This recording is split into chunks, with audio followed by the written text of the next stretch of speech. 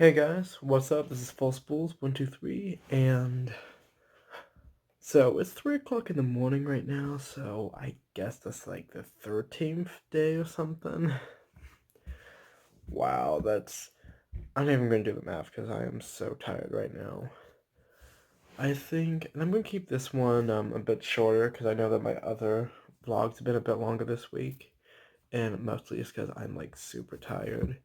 So I'm just instead of like really just telling you like any sort of stories that I had planned, I was thought like I'd catch you guys up with like just recent events. Nothing like serious or anything. It's just just like shooting the shit. So one thing I've noticed lately is just basic hygiene. I'm the type of person that functions really well with like a tight schedule. That's how I flourish as a person. So when I have too much free time, I tend to procrastinate. I tend to like not keep up a lot of habits that I'm used to when I have a very specific time to do them in. I don't know, like everyone just works in different ways. So, because if I'm in the kitchen, beard's very trimmed, hair's always very trimmed, because I'll try to, like, get a cut every 3 to 6 months, and my nails are always very tidy. That's actually one thing I always thought was interesting is that, like, I tried nail art once, just like, I want to see what it was, I'm not the type of person that's particularly, I guess, afraid to, like, explore my gender expression, what the fuck you call it, but, like, it was interesting. It wasn't me, to be honest. I prefer masculine gender expression, if I'm being honest. I'm not a very manly person, but I like to portray myself masculinely. So it's like, I've never really had any interest in, like, I guess, cross-dressing or makeup or hair, like, or any, like, the other, like, metrosexual things you see these days. I don't really care how somebody expresses, like, does the gender expression because it's none of my business. But for me, I prefer, like, I guess traditional expression. I don't, I'm kind of getting off track. Mostly just because I've been watching this, what was it? Simply Nailogical. It's like this nail art channel, but she doesn't do nail art half the time. And she's hilarious. She's like one of my like new favorite YouTubers. Because I've been like, sort of branching out of my like whole like Reddit YouTube watching phase. And I love Reddit YouTube, but that's mostly I'm looking for like new stuff now to watch. So our thing the other day is like I wouldn't even if I like, actually if like experiment and try like doing nail art, I would never really get into that because in the kitchen you don't wear nail polish, you keep your nails short. There really wouldn't be even like the idea to practice on. And I'm going to talk a bit quieter just because it is pretty early in the morning. Another thing probably was. Kind of smells like food in here. Oh yeah, I was doing some bacon earlier. Sorry for that interruption. But yeah, like I've thought about it just since like it's really interesting, but I would never practice on myself since I work in a kitchen. Or if like all the hubbub wasn't going around, I would be. That's one thing that kind of sucks. Is just I miss getting up every day, actually like going to work. Yeah, some days I don't want to go to work because like I'm an adult and sometimes responsibilities suck, but it's nice to have a work-life balance. Because if you have all play and no work, like it's not as good either. And they don't have like a catchy like rhyming phrase for that, which obviously oversight on American idioms. So what else have I been doing with my life? I've been like trying to listen to audiobooks more since I do have like actual books. I don't mention this, but I have like a lot of books. I love reading. It's just with like the way my bookshelf is right now and the way that my room is right now, I don't really want to touch it. But I'm planning in a couple months, once this has been dealt with, once I'm like back on paychecks and I'm saving again. So first like bed, desk, then the bookshelf. So when I get that, when I actually transform my books, I'm going to do a video on that somehow. I haven't really planned it out all the way, but I'm thinking of something for it. I kind of want to dip my toes into like the booktube community, because like I remember doing that one video on it, like my top 10 favorite books leaving Coos Bay. It's in my my moving story vlog series, and if you guys knew the channel, that was just a series I did when I was moving back to Medford. So that was a pretty big event in my life, and I actually had a lot of fun vlogging it. Just it made it more palatable, just everything in my life. But I'm getting off topic. Well, I mean, this is shooting the shit video, so who cares? But yeah, so it's like once I sort of get my bookshelf, like, together, I can unpack all my books from Coos Bay. I can unpack, like, some of the books I have here, because they're not all in the bookshelf, because it's really small. I want to, like, actually start digging into that and, like, reading stuff again. The reason why I'm mentioning all this is because I've been getting back into audio dramas. I mentioned it in my last vlog, but I've actually been like just binging Gone Girl tonight. I really like it. Like it's a really interesting book because like the husband Nick is a giant asshole. Let's be honest, but like I feel like he does have some depth to his character, even though I definitely do not sympathize with him. I think it's shitty that his wife framed him for murder, but I don't sympathize with him. I think like the more interesting character is of course Amy. Cause like yeah, you have like this whole like woman scorned approach. I mean, we all loved Rosie O'Donnell and She Devil, but like then you have sort of this like flawed character where it's not so much like Nick's like ways of saying how she was flawed and how she was like vindictive, but you really see it as like just from how she acts by herself. Like there's this really great moment in like this like a chapter that I just listened to where she meets this abused woman. I'm not really sure what you would call the terminology, but basically she was a victim of domestic abuse. She like escaped the situation, like attempting like of her own, like just start fresh, and so they become friends because you know I feel like Amy has this like really big victim complex, if we're being honest. She like sees everything as like this attack against her, how society is at fault, and how like everyone is shitty and all of these things. And I think that like I don't disagree with everything she says, but I definitely think that she can have a very vindictive mindset. But anyway, so basically like this woman Greta, she's like, well, she seems kind of high maintenance, and then Amy is like, "What? I'm not high maintenance. I have this very long paragraph about how she basically totally acts like she's low maintenance, which I feel implies the concept that if she has to put on this very long and drawn out and extremely detailed act about how she's just this super chill and like low maintenance gal, it kind of implies that she's high maintenance. If not in the sense that she's a attention whore or attention queen, in the sense that she needs a lot of like she has a lot to like keep her life going. And I'm not judging that. If I'm being honest, I feel that like if I was going to like measure things out, I would be a high maintenance person. Not because I'm need particularly a lot of attention, but just because I'm very uptight. And maybe that's me misunderstanding the term high maintenance, but I'm just going to continue with like this with the description. And so like she's like so like Greta goes to the bathroom and Amy's like, wow, Greta's kind of a bitch. She doesn't say that, but like that's kind of a thought process. And then she goes into like this woman's refrigerator and spits in her food, which as a cook makes me want to stab a hoe. But like, because that's not okay. I am not into food contamination. But then it's like, and you really think about this, like, because Greta does not know that this is Amy.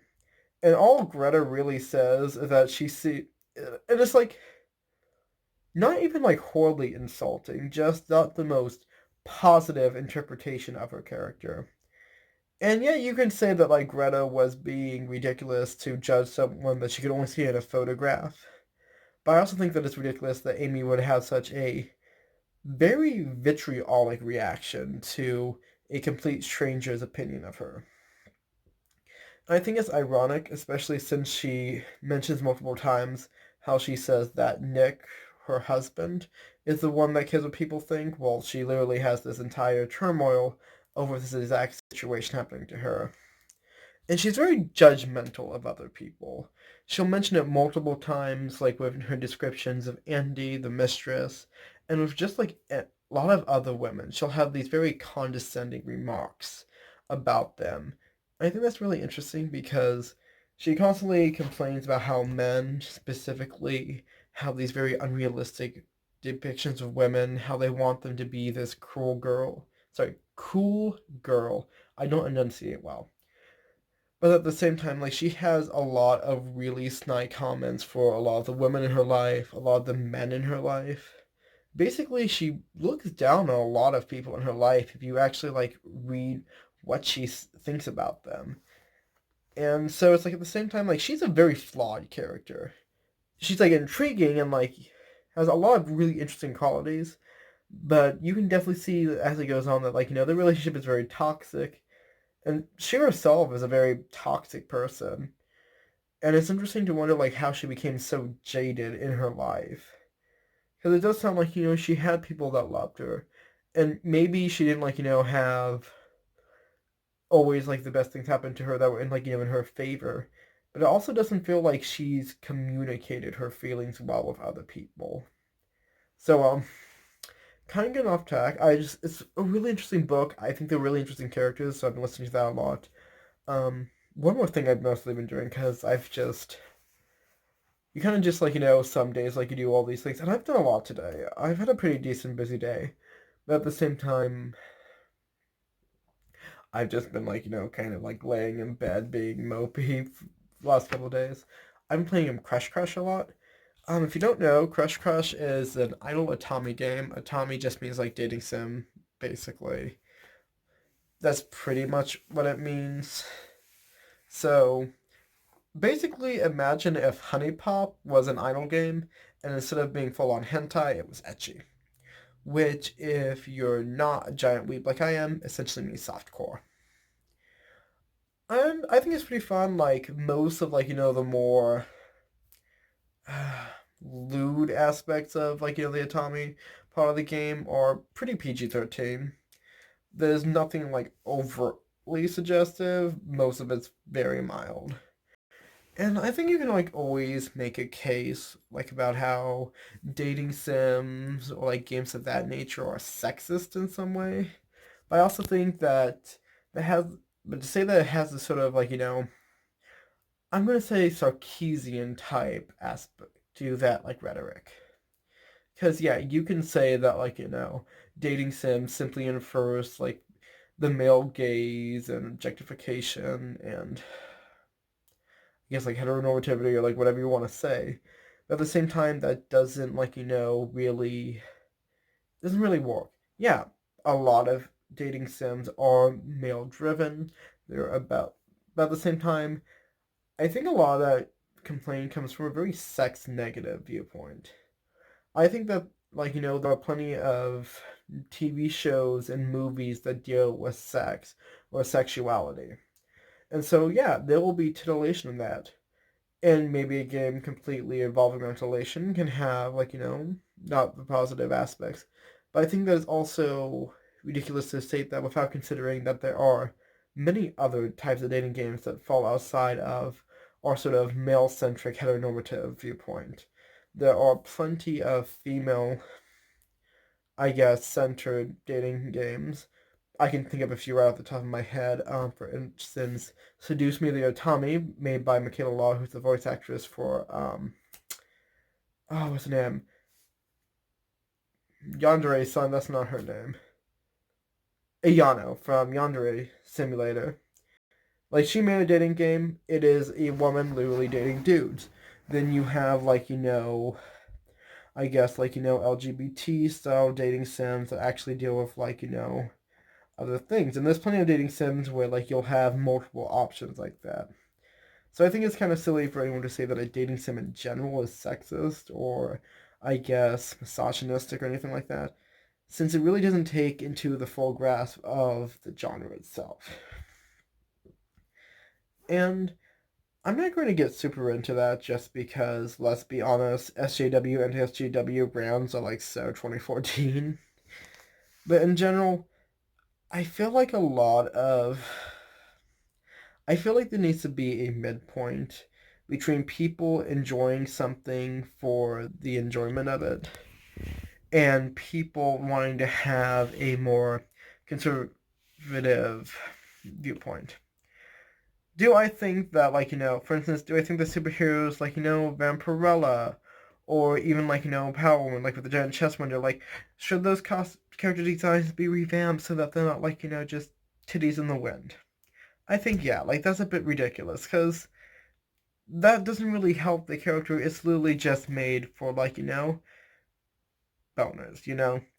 But then it's like, do I think the character? But on the other hand, do I think that, like, characters like Black Canary should be like completely conservative? And honestly, like, I can say no.